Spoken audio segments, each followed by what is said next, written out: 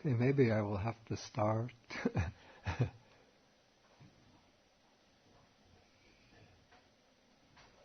I don't know what this happened.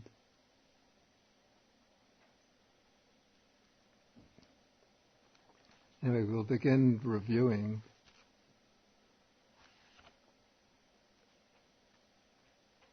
Okay, the pages that I handed out sort of give some explanation of what I call the difficult links in the formula of dependent origination. And the early ones, one, its existence as a condition for birth, clinging as the condition for existence,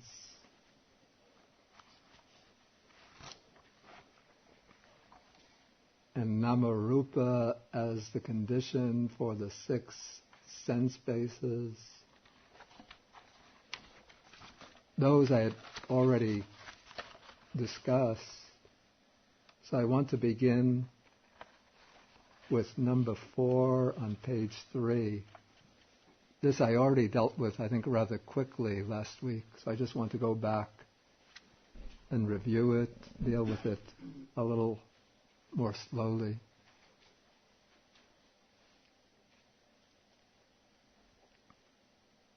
Okay, this is now, in terms of the sutta, well, maybe we have to begin with the formal opening of the sutta of our class, the usual way. Okay, the way we always open. Namo tassa bhagavato arahato samma sambuddhassa. Namo tassa bhagavato arahato samma sambuddhassa. Namo tassa bhagavato arahato samma sambuddhassa. Okay, now in the Sammaditthi Sutta, the discourse on right view, we're now dealing with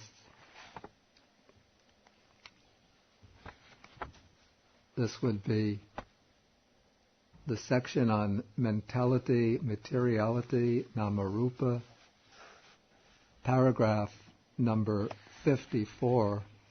We've already explained what mentality, materiality are last week. And now what I'm dealing with is how the arising of consciousness is the condition for the arising of mentality, materiality.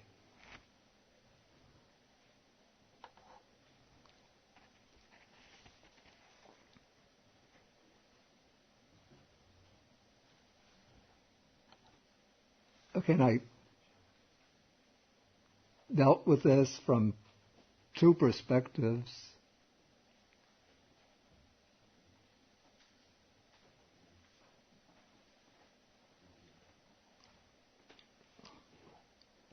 Which I call the developmental perspective and the analytical perspective. Okay, the developmental perspective, this means the, I call it, process of temporal development of an individual over time. And it refers specifically to the development of an individual from the moment of conception.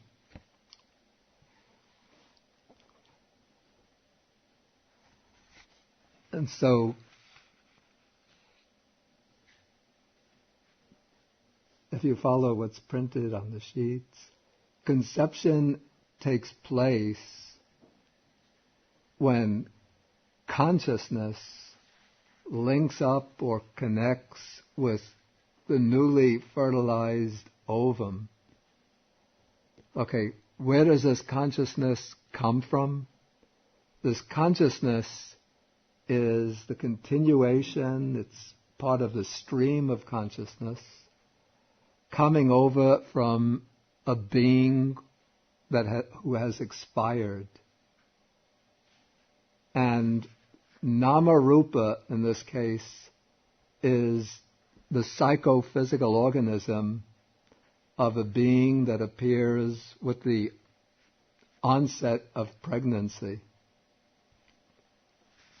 And so the being can only appear, can only take shape, can only manifest at a moment of conception if there is a stream of consciousness coming over from a being that has expired to link up with the newly fertilized ovum.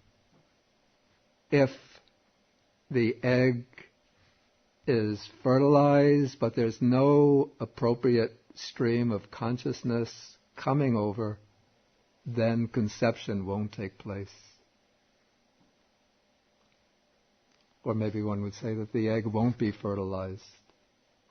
It'll just be a failed act of fertilization. And so what happens now when consciousness connects with that egg is that the physical structure of the egg, that becomes the rupa, the form. When consciousness connects, consciousness originates along with itself the mental factors that make up nama. It brings along feeling, perception, volition, contact, and attention. And so there's a coming into being together of consciousness and nama-rupa at the very moment of conception. Okay, and throughout the period of gestation, nama-rupa, that is the psychophysical organism, can continue to develop only so long as consciousness continues within the mother's womb. If for some reason consciousness should be cut off, then nama-rupa is cut off. The process of pregnancy is terminated. And then in the course of life, also consciousness and nama-rupa exist in this relationship of mutual support. So, in the course of life, if at any point consciousness is cut off, then nama-rupa, the living organism, comes to an end. I wish I had that page from the Majjhima Sutta that I asked Faye to photocopy. Did she hand that? Is that handed out? Oh, I didn't get the copy of that. Okay, she's coming now. Okay. Okay, I will go on explaining. Anyway, what I just said is exactly the same as what is in the Majjhima Sutta.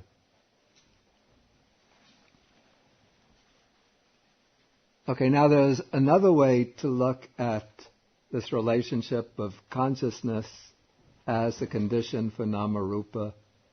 This is what I call the analytical perspective. And I think this becomes relevant from the fact that in the section on consciousness, that we haven't yet come to, but there's a definition. What is consciousness? And here it said that there are these 6 classes of consciousness. So we have eye consciousness, ear consciousness, nose consciousness, tongue consciousness, body consciousness, mind consciousness.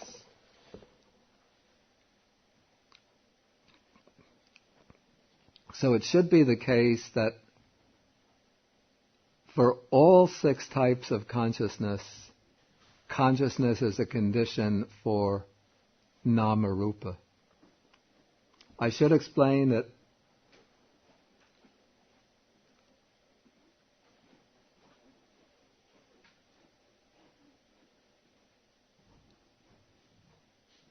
okay, now you can sit down. Mission accomplished.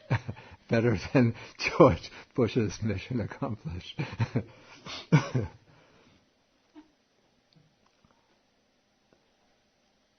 The consciousness that is said to link up with the newly fertilized ovum and that continues in the womb, that provides the base for the development of nama-rupa, that kind of consciousness is only a type of mano-vijnana. It's a type of mind consciousness, but it's quite a different type of mind consciousness from the type of mind consciousness that actively knows objects. But it's a type of mind consciousness that flows along at a very deep level. It's not an actively aware consciousness. In the Abhidhamma, this is called bhavanga consciousness, the stream of becoming.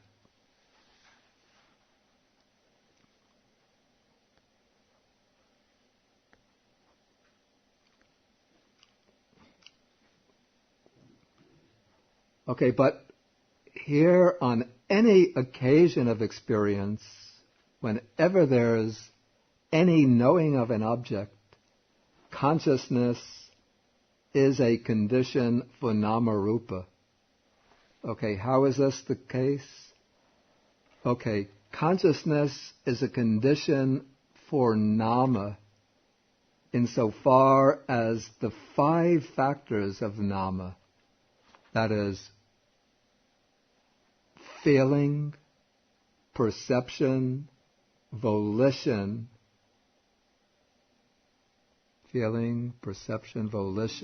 contact, and attention depend on consciousness and cannot occur without consciousness. If there's no consciousness, there cannot be any feeling, no perception, no volition, no contact, no attention. And consciousness is, I should say, it is a condition for rupa, not a function. It is a condition for rupa because the form of this body only functions as a body, that is, the material form of this body only functions as a body when there is some type of consciousness. That is, even when we are in sleep or in a deep meditative absorption, there is consciousness. Even when a person is in a faint or in a coma, one would have to say that there is a consciousness, though it's a consciousness which is not aware of the external world. It's only when a person is dead that the consciousness is cut off. But then the body is there, of course. But the body, we can say it's still rupa, but it's not rupa as part of nama-rupa. Is this making sense? Does anybody not understand this?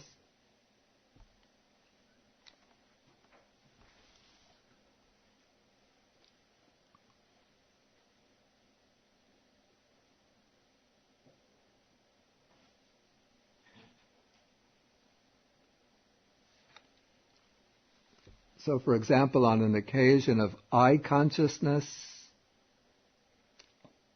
it's because there is consciousness that this I is functioning as an I. If I'm dead, you could say there's still an eyeball there, but it's not really functioning as an eye.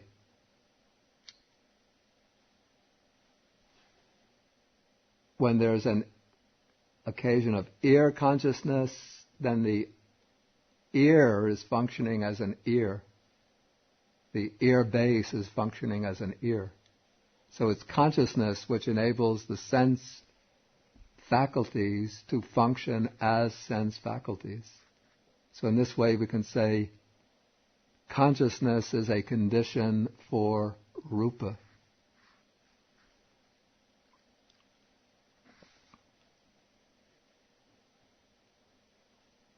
Okay, now the Sammaditthi Sutta doesn't say this, but in a number of other suttas, it is also said that nama-rupa is a condition for consciousness. So the two, consciousness and nama-rupa and consciousness, are actually conditions for one another. In one sutta, in the Samyutta Nikaya, it's Venerable Sariputta who compares the two to two stacks of wheat which are placed on the ground so that they are supporting one another. One stack keeps the other stack up. The other stack keeps the first stack up. The two rest upon each other. And so nama-rupa conditions consciousness, consciousness conditions nama-rupa. And so the way this works, this also works from these two perspectives. Okay, looking at them first from the developmental perspective. In order for consciousness to initiate or begin the new life, it has to get a footing in nama-rupa. Here we see this in the Great Discourse on Causation, paragraph 22. If consciousness were not to get a footing in nama-rupa, mentality, materiality, would an origination of the mass of suffering, of future birth, aging, and death be discerned? Certainly not. So what this means, in the case of a human life, consciousness just doesn't float around in space, but in order to start a life, it has to link up with a material base, that is, the fertilized ovum. This provides the rupa, the material form. And when consciousness then arises based on this fertilized egg, the ovum, then it brings along with it, it's accompanied by feeling, perception, volition, contact, and attention. This is called nama. So we can say that these 5 components of nama, these are 5 ways in which consciousness experiences the world. 5 ways in which consciousness engages with the world. Okay, and so once consciousness links up with the ovum, bringing along or initiating the 5 components of nama, then throughout the whole process of embryonic development, consciousness will always depend upon the viability of the embryo. That is, it will depend upon nama-rupa as its supporting condition. Or actually it depends upon rupa as its physical supporting condition. And it's always accompanied by nama, by the mental factors. Okay, that's from the developmental perspective.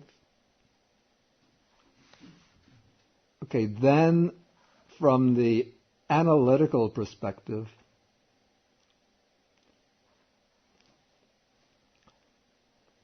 again, this is almost what I discussed under consciousness. On any occasion of experience, consciousness depends on nama-rupa.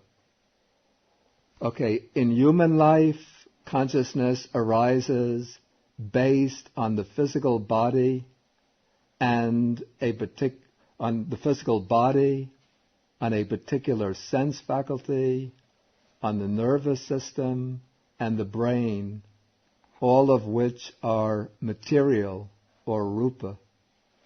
And consciousness is always accompanied by the mental factors, that is feeling, perception, volition, contact and attention, that is nama. So, on an occasion of seeing a form, visual experience, consciousness arises. Of course, it requires the whole body, but it is based particularly on the eye faculty. And then the whole nervous system connected with the eye faculty. On the occasion of hearing a sound, consciousness is based particularly upon the ear base and the whole nervous system connected with the process of hearing.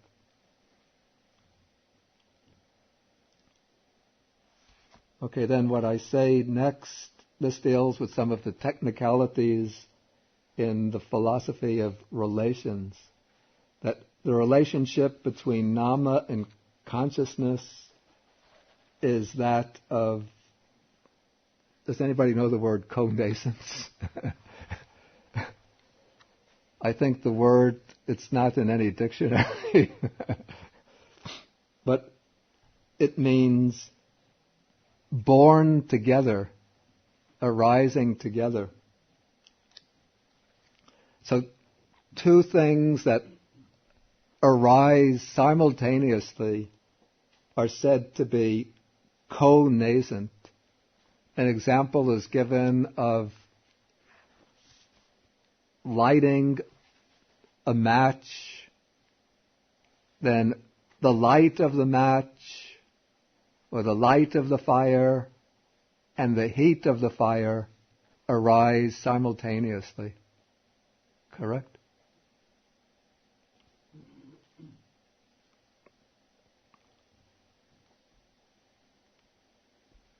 Okay, but the relationship between this, you don't be too worried about this.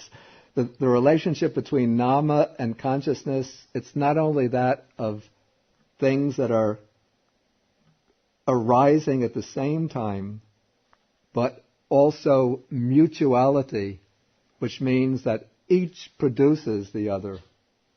That is, consciousness produces nama, and nama produces consciousness.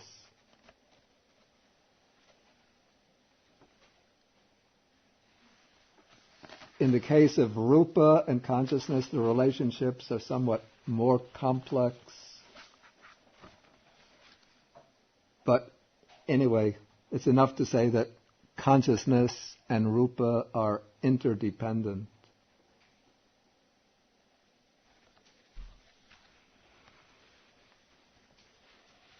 Okay, so this takes us through, in a way, what I just said was something of an appendix to consciousness as a condition for mentality, materiality. Maybe I should ask at this point if there are any questions about this, just if there's anything unclear that needs clarification. Peter. The teaching of a rewaking consciousness and consciousness. The idea of consciousness as a condition for the the idea of consciousness as an essential factor for initiating the new existence, that comes from the suttas.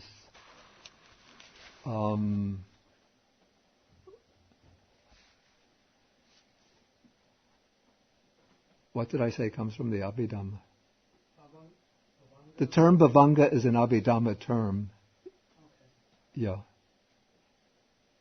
But the concept of consciousness as an essential condition for the new existence to begin, that you could see it's right here in the Mahanidana Sutta. That if consciousness, in paragraph 21, if consciousness were not to descend into the mother's womb, would nama rupa, mentality, materiality, take shape in the womb? Certainly not. Yeah, and this is too far off topic, we can skip it, but I know you mentioned in the past that consciousness is conditioned by the last consciousness in the dying body. That is an Abhidhamma idea, yeah, which I don't think it's necessary to accept that in its entirety, to be in accordance with the sutta teaching.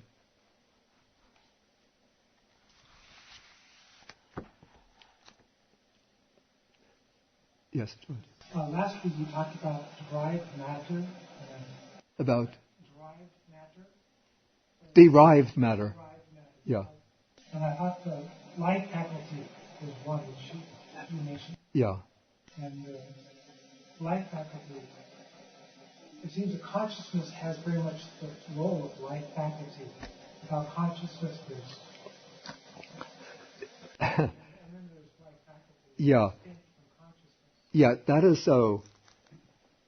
It's said that, you see, the life faculty is considered a physical faculty which sustains life in the body, but consciousness is also a factor essential for life, or at least for conscious life. And so I think it's when consciousness,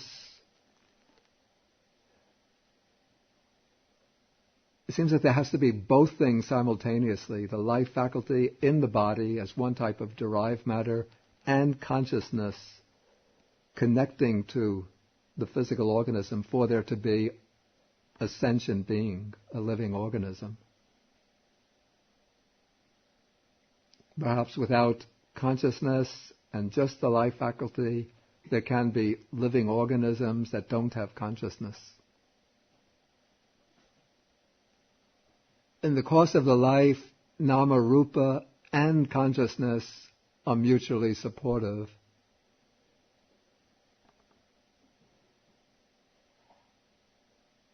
When when the body dies, okay, then consciousness can no longer be supported based on that body.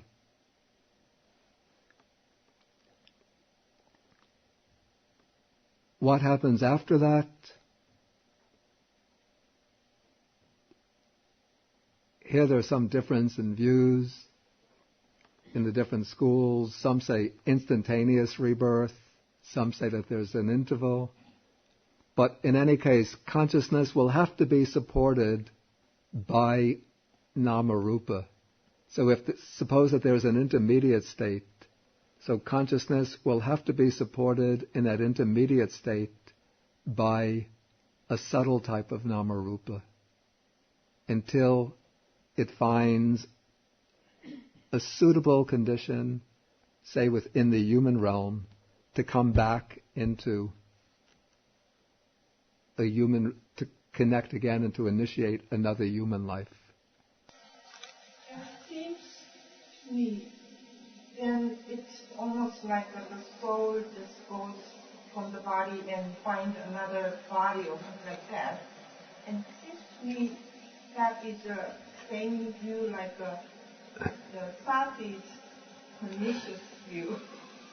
Superficially, it might seem that way, but the consciousness is not, it's a consciousness which never remains as the same entity. The consciousness is always changing. It's a consciousness which is always becoming. It's always arising. Looked at from a sort of angle of deep insight, it's a consciousness which is always arising and passing away from one moment to the next. But it always arises the next moment, continuing in an unbroken succession.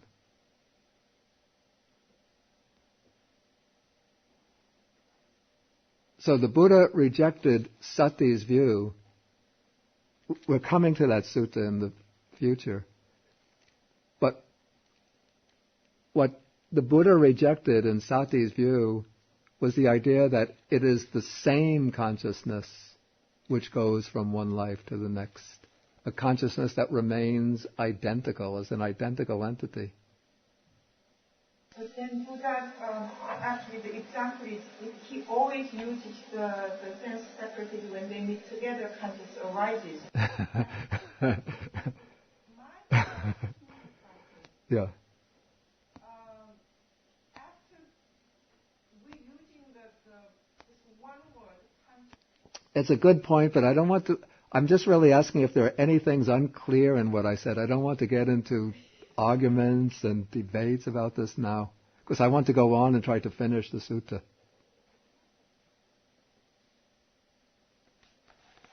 Okay, so now let's come on to the next section. Okay, the monks express their appreciation to Venerable Sariputta for his explanation. Then they ask if there's another way in which a disciple might be one of right view. And Venerable Sariputta says there is, and he says, when, friends, a noble disciple understands consciousness, the origin of consciousness, the cessation of consciousness, and the way leading to the cessation of consciousness, in that way he is one of right view, etc., who has arrived at this true Dharma. Okay. And what is consciousness? What is the origin of consciousness? What is the cessation of consciousness? What is the way leading to the cessation of consciousness? Okay, there are these 6 classes of consciousness: eye consciousness, ear consciousness, nose consciousness, tongue consciousness, body consciousness, mind consciousness. Then, with the arising of formations, now I would translate this volitional formation, sankhara. There is the arising of consciousness, and with the cessation of formations, of volitional formations, there is the cessation of consciousness. The way leading to the cessation of consciousness is just this Noble Eightfold Path that is right view to right concentration.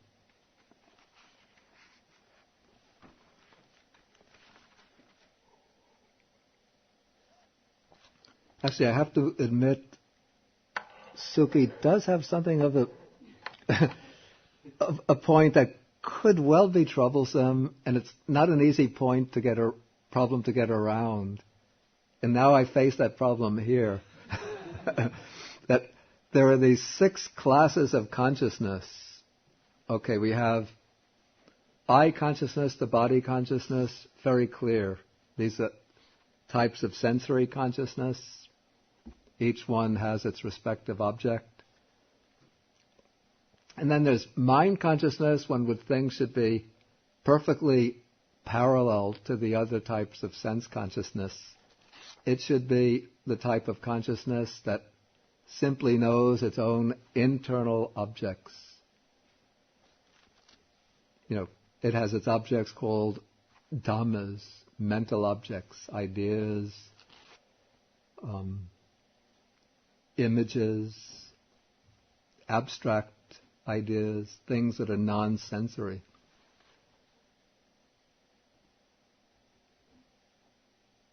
Okay, but what I found is that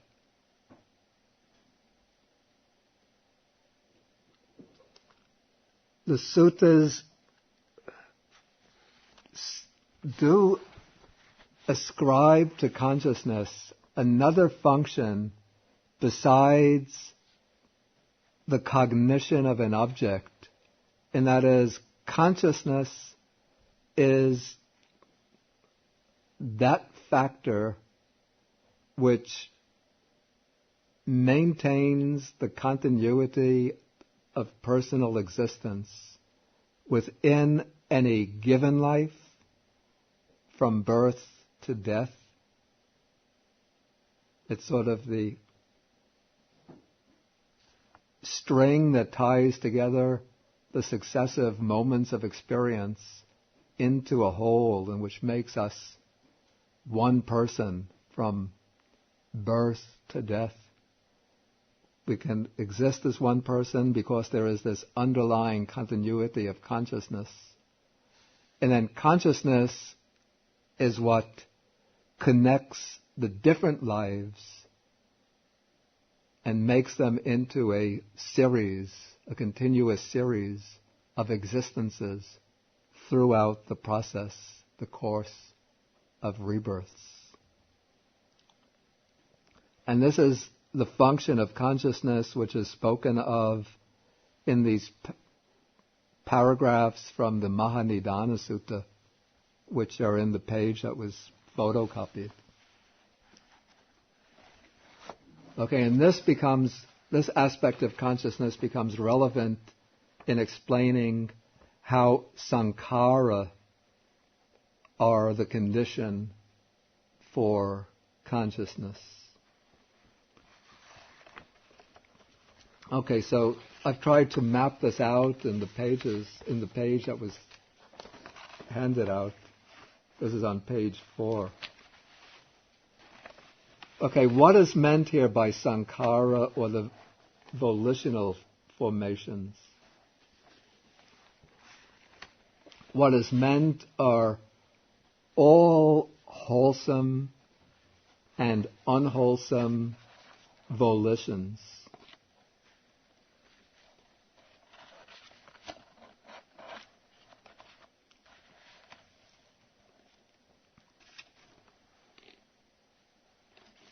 Or rather, all unwholesome and mundane wholesome volitions.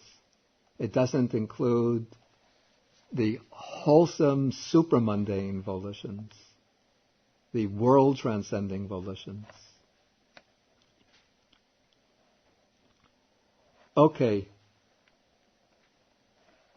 Now, during the course of life, we can say that the sankhara, that is, the volitions, are an immediate condition for all karmically active states of consciousness. That is, all states of consciousness that create karma are accompanied by a volition, either unwholesome or a mundane wholesome volition.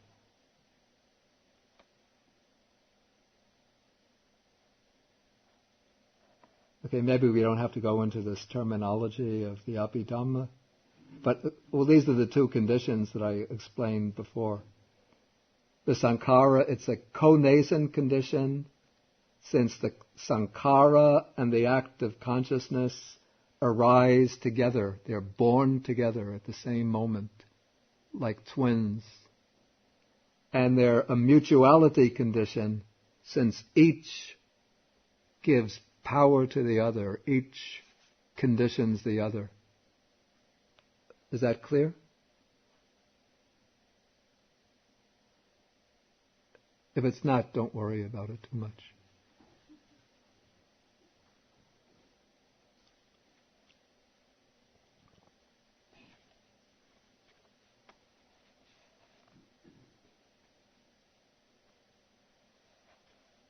Okay, then what happens at death?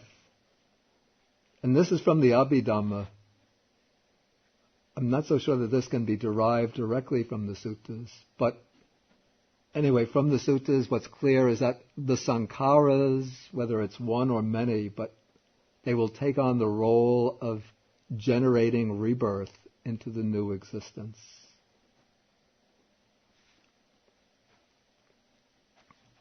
So the sankharas will take on the role of generating rebirth into the new existence, and it, either one sankhara or it could be a combination of sankharas, do so by serving as a condition for the rebirth consciousness.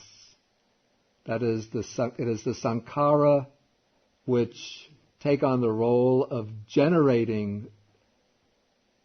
It is the sankhara which takes on the role of generating the rebirth consciousness that is spoken of as the condition for consciousness here.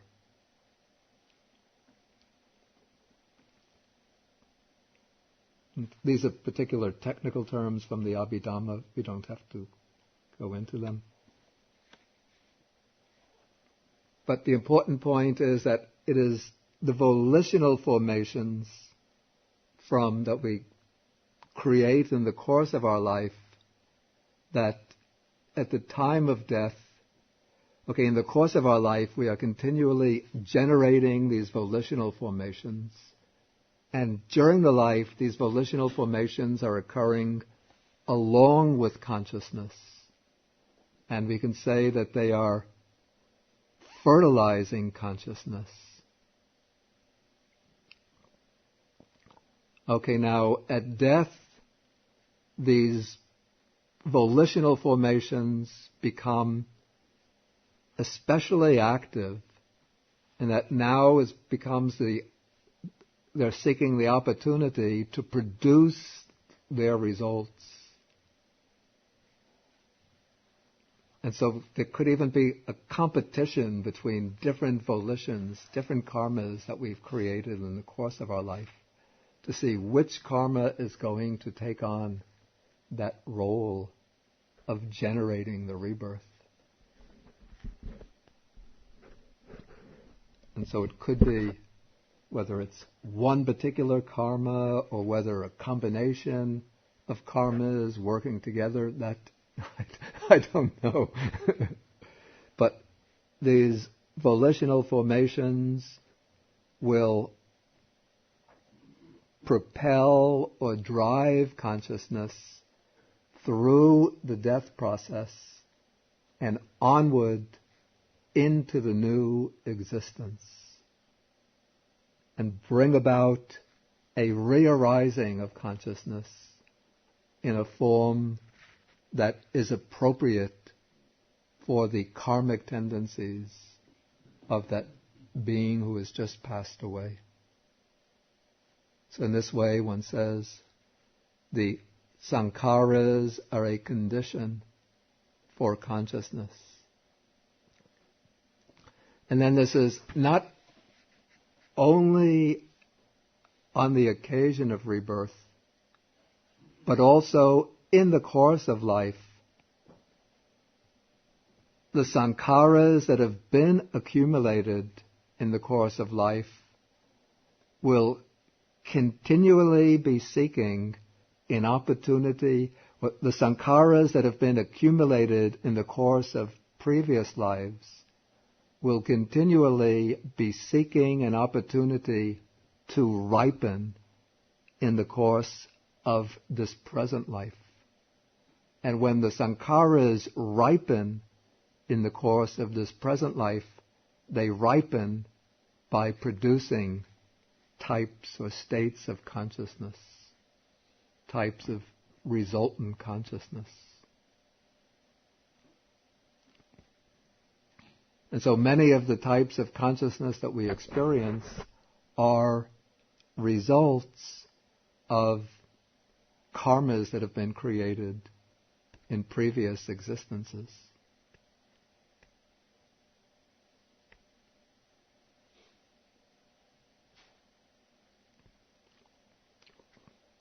And the way this happens generally is that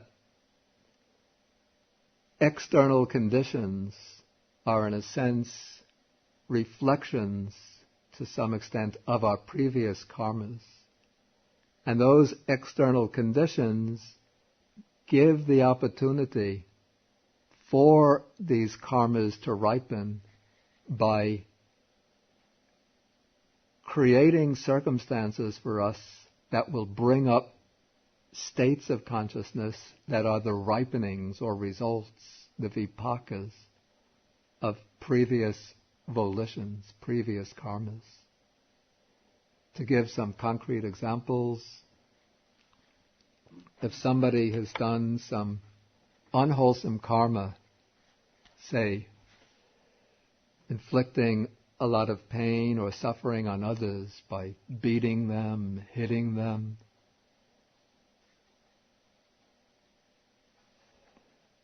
inflicting suffering on others, then that person will seemingly by chance find himself in conditions where he's going to be attacked and beaten by others. And when he's beaten by others, he's going to experience a lot of pain and suffering. Okay, the states of pain and suffering that he's experiencing are states of consciousness. And those states of consciousness will be the ripening or results of unwholesome karmas that person has created by inflicting pain and suffering upon others. On the other hand, if a person has done a lot of good, a lot of benefited others in different ways, if that person has practiced generosity, he's helped poor people by giving them food, clothing,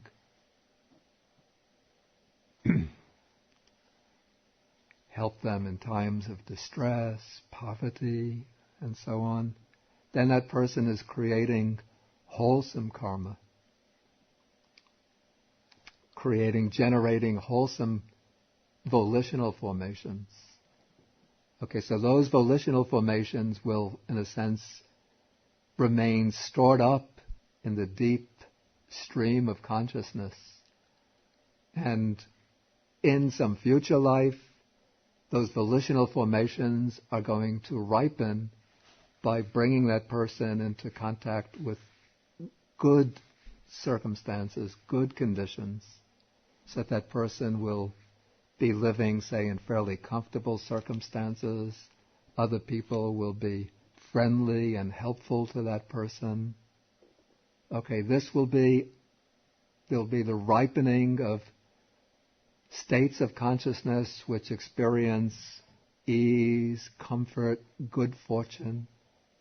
Things will generally work out well for that person.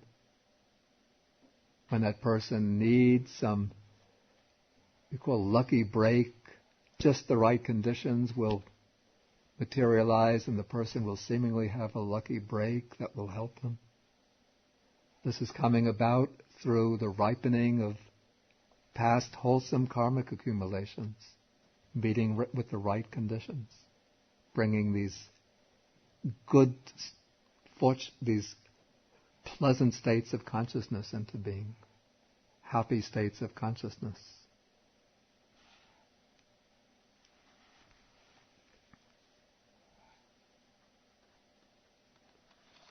Okay, I didn't get to the end.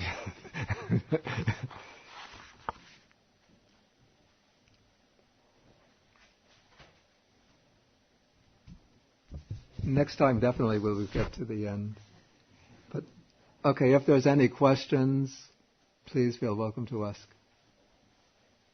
George. Earlier you talked about existence as a condition for birth. Yeah. And you defined existence as karma. Right. And here you're talking about sankharas as a condition for karma. That is right, yeah. And sankharas and karma are innate, co-nascent. Did you say? Or was it volition and sankhara are cohesive? Volition and sankhara. Volition is my translation for sankhara, volitional formations. Now, what is the problem or question? Well, the question was existence and birth match closely with sankharas and consciousness. Exactly. So you're saying it's not redundant? Or it's not? It is redundant. I'm going to treat dependent origination as a chain or sequence in more detail when we come to Sutta number 38, but I could show you at a risk of sort of spilling the beans beforehand that there is a redundancy here. Some people have complained, they say, why don't you repeat the question? That when they get the recording, they can't hear the question. So, for the benefit of the recorder, I have to repeat the question. Okay, he's saying that earlier I said that existence was a condition for birth, and I said that existence is karma. And now I'm saying that the volitional formations are karma, and that is a condition for consciousness. And the consciousness includes the rebirth consciousness. So he's saying, doesn't there seem to be a redundancy? Okay, so I'm saying that it is a redundancy. And so the way I see it is that this formula for dependent origination is showing what is basically the same process from two different angles, using different terms. And this is my own interpretation.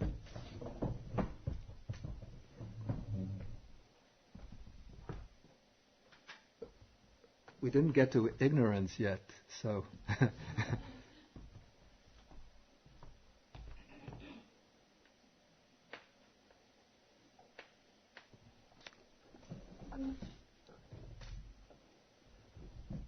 Yeah, so this is the way I would see the sequence of dependent origination, that it's basically two different you could take the two segments out of it, which show basically the same process from two different angles.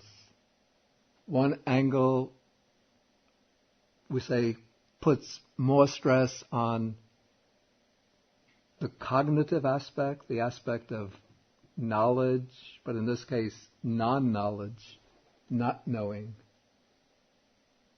That is, ignorance leads to the volitional formations.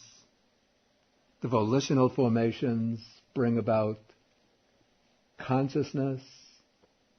Then consciousness brings about nama rupa, name and form.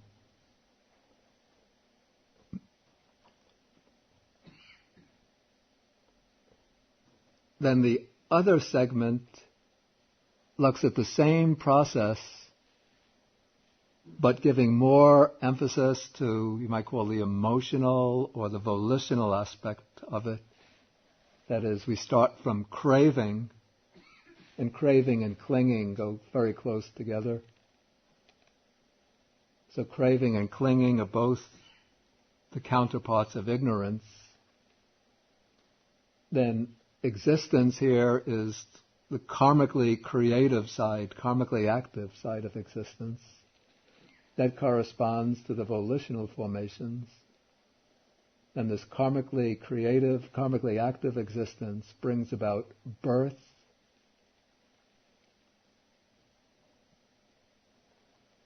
and then birth brings aging and death.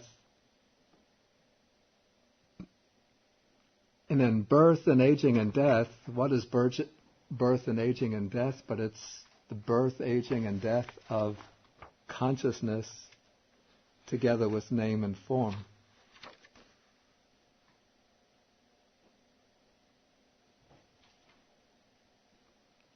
Okay, and then to unite these two segments into one continuous series,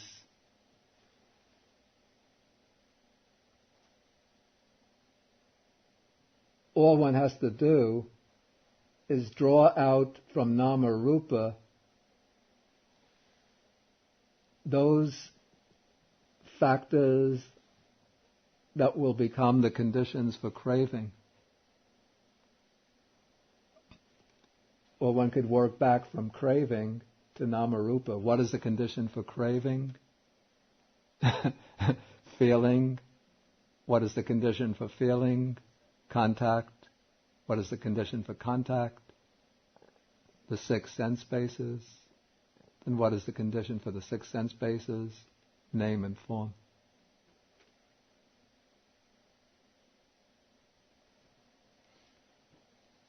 Okay, if there's any other question.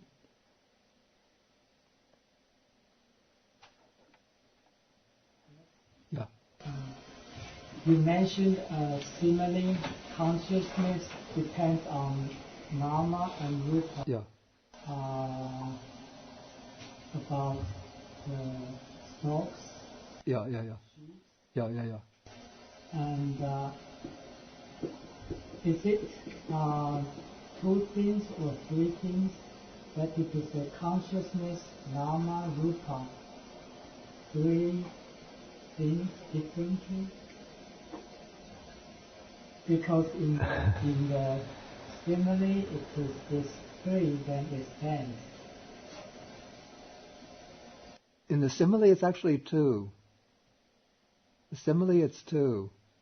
Nama rupa are treated together as 1. Yeah. Take another look at that sutta, you'll see. Okay, I think we have to stop now.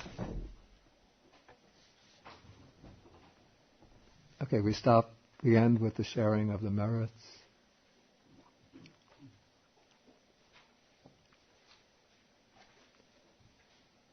Akasata ca bhumata deva naga mahitika punyantang anumoditva chirang rakantu sasanang.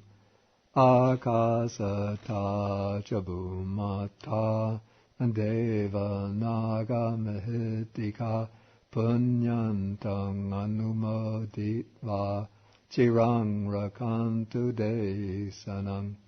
Akasata ca bhumata deva naga mahitika punyantang anumoditva chirang rakantu mang parang. Etavata cham hehi sampadang punya sampadang sabbe deva anumodantu sabba sampati siddhya.